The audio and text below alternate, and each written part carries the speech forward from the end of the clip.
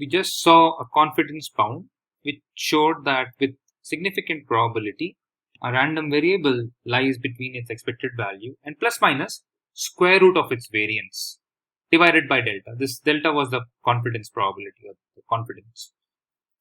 Okay, and now we'll build on that result to obtain what are called limit theorems. So the previous result was valid for any single instance of a random variable, any particular random variable.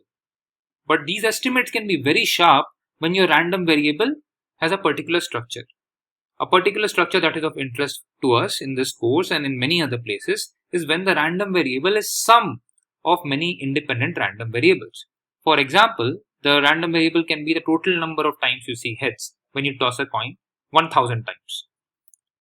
Now, this particular random variable can be thought of as sum of 1000 independent Bernoulli random variables.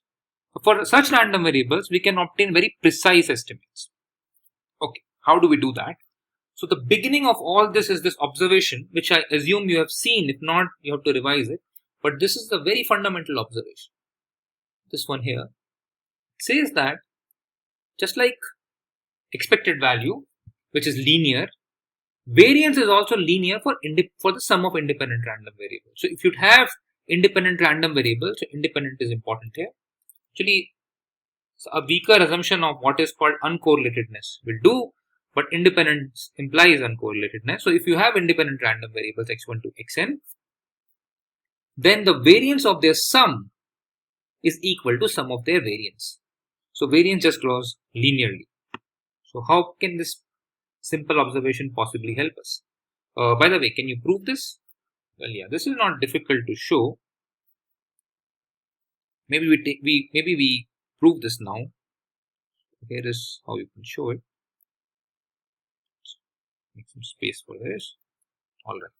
So y is variance of sum equals to sum of variance. So it suffices to show this for two random variables. So suppose so x and y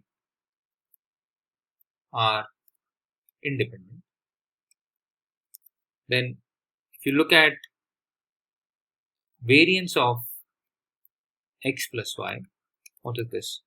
This is equal to expected value of x minus expected value of x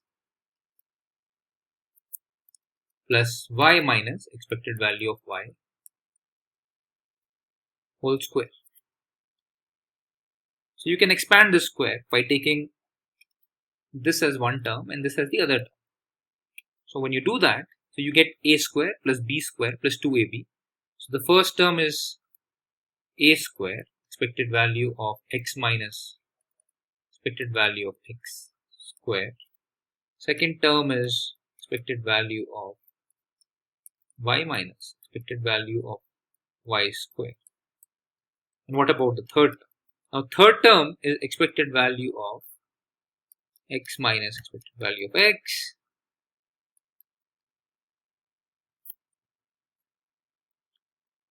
y minus expected value of y.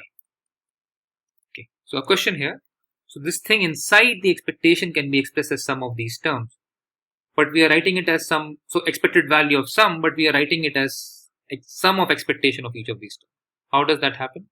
Well, that's where we use linearity of expectation. Expected value of sum is equal to sum of expected values. That's something by definition, because we can think of expectation as an integral is linear, and that's how this works out.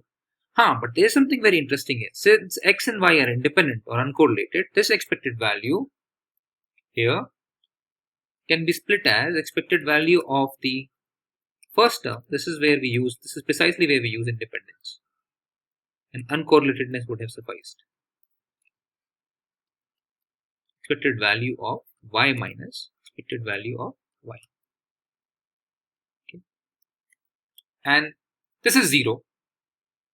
And this is 0. So this thing becomes 0. And what are these two terms that are left here? Well, this is the variance of x. And this is the variance of y. So variance of x plus y equals to variance of x plus variance of y plus this term, which is 0. And therefore it's just the sum of the two variances.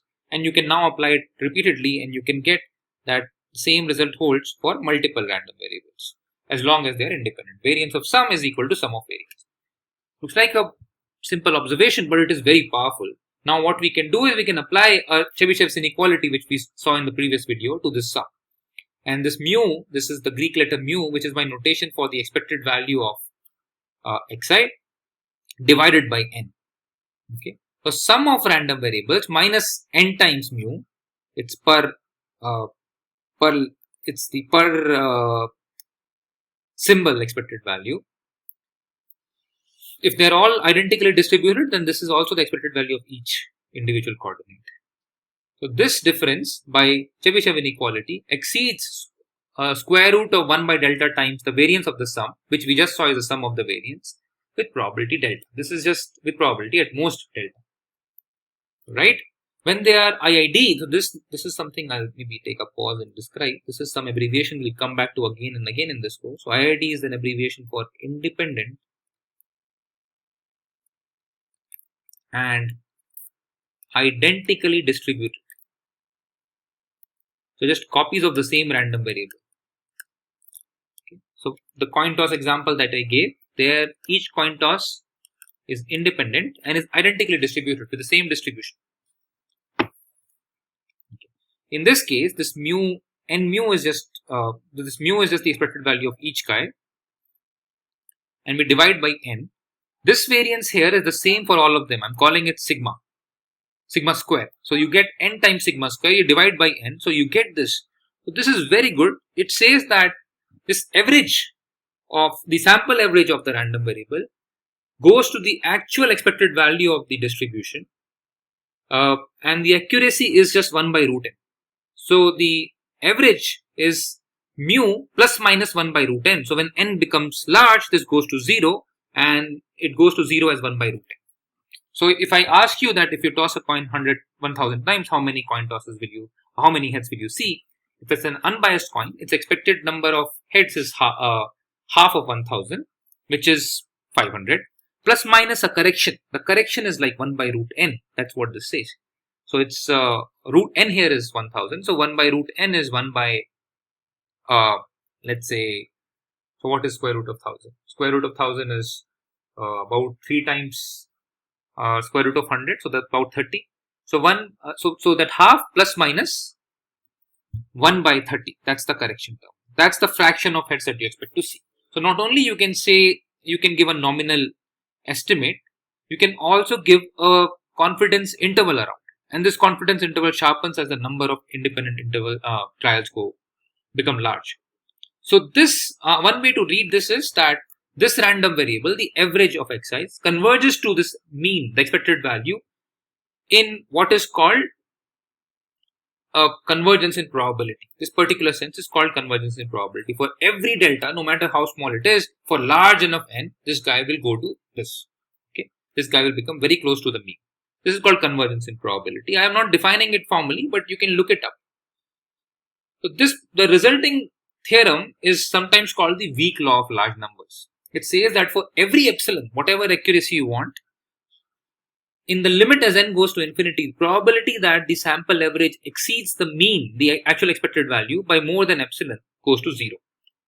In fact, we have a very precise estimate. We know that it exceeds epsilon with probability less than delta whenever n is greater than sigma square by delta epsilon square. This is just from Chebyshev inequality. Okay. This holds for any random variable, which what did we assume about his x's? We assumed they were independent. We assumed they're identically distributed with variance sigma square. Okay. So we showed this with this assumption. All right. So this gives us some good estimate of how far does the sample mean go from the expected value of the underlying distribution. But this is not precise. In particular, dependence on delta is not very precise. It gives a 1 by delta dependence, and this can be improved to log 1 by delta. Let's see how. In fact, you may have heard of this theorem, but you probably don't know how to use it.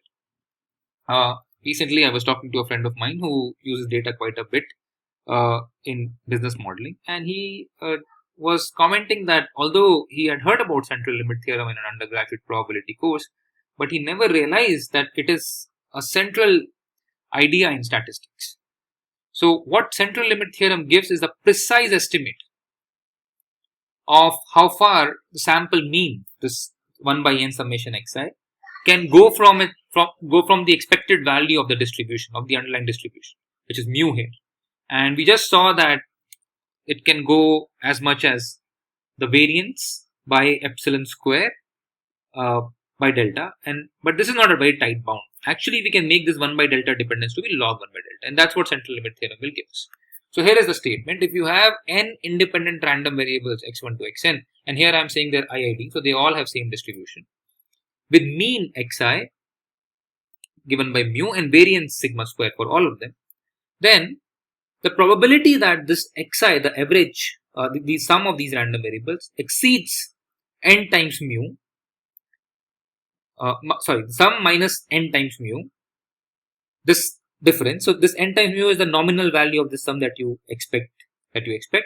Probability that it exceeds this one by more than square root of n sigma square. The square root n is the error that we saw earlier also. So square root n times variance. Probability that it exceeds that by a factor of t is precisely qt. This qt, this is exactly equal to qt. This is central limit theorem. What is this qt? This qt corresponds to the Gaussian tail. So it's as if this error here is behaving like a Gaussian random variable with zero mean and variance sigma square. That's what this theorem is saying, that the error behaves in the limit as n goes to infinity, behaves as if it's Gaussian. So this probability is exactly this Gaussian tail, and it's given by probability that a Gaussian random variable, a standard Gaussian random variable, exceeds t. That's if you don't recognize this density, you have to really brush up your random variable. This is the density for a Gaussian random variable, and this is very important. And it's given by e to the power minus x square by 2 by 1 by root 2. So this qt has a precise formula, and it's approximately e to the power minus t square by 2. So if you want this probability here to be delta, then you set this e to the power minus t square by 2 to delta. So that you get t to be roughly square root. So you get this t here to be what do you get? Yeah, t comes out to square root log 1 by delta. Okay, so this is another way to state the same result. It says that the probability, it can be interpreted as a confidence bound. It says that the sample average, which is this guy 1 by n summation I equal to 1 to n xi, is roughly the expected value plus minus a correction term. This is the confidence interval, plus minus square root of 2 sigma square by n log 2 by delta with probability greater than equal to 1 minus delta.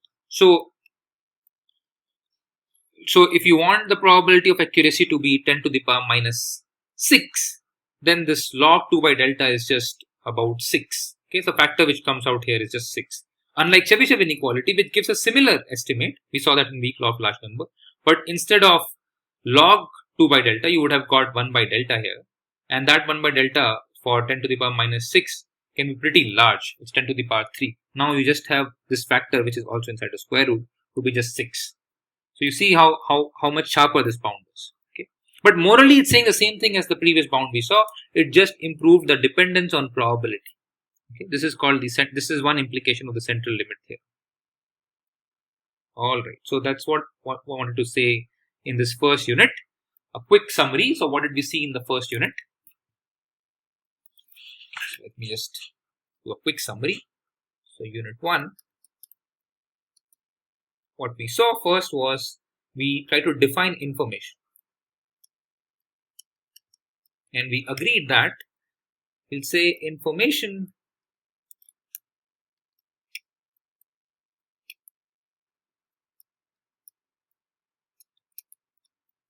equals to reduction in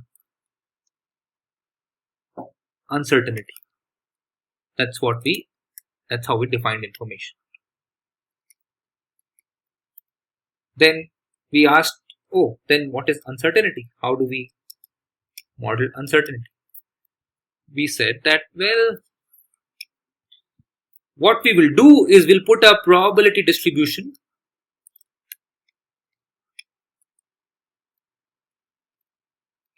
on an unknown,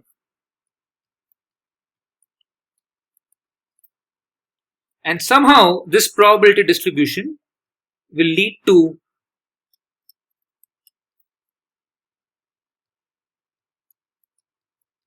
a measure of uncertainty. So we haven't seen that yet. That will come in the next unit. We saw a very simple way of measuring uncertainty. We said maybe the cardinality of our overall possible set of guesses can be thought of as a measure of uncertainty. But now we are looking for a more refined measure which takes this probability distribution into account, not just the guess list but also the likelihood of different guesses. We'll come to that. And then we had a digression. We started reviewing probability. So review of probability. And in particular, I proved Markov's inequality and Chebyshev inequality.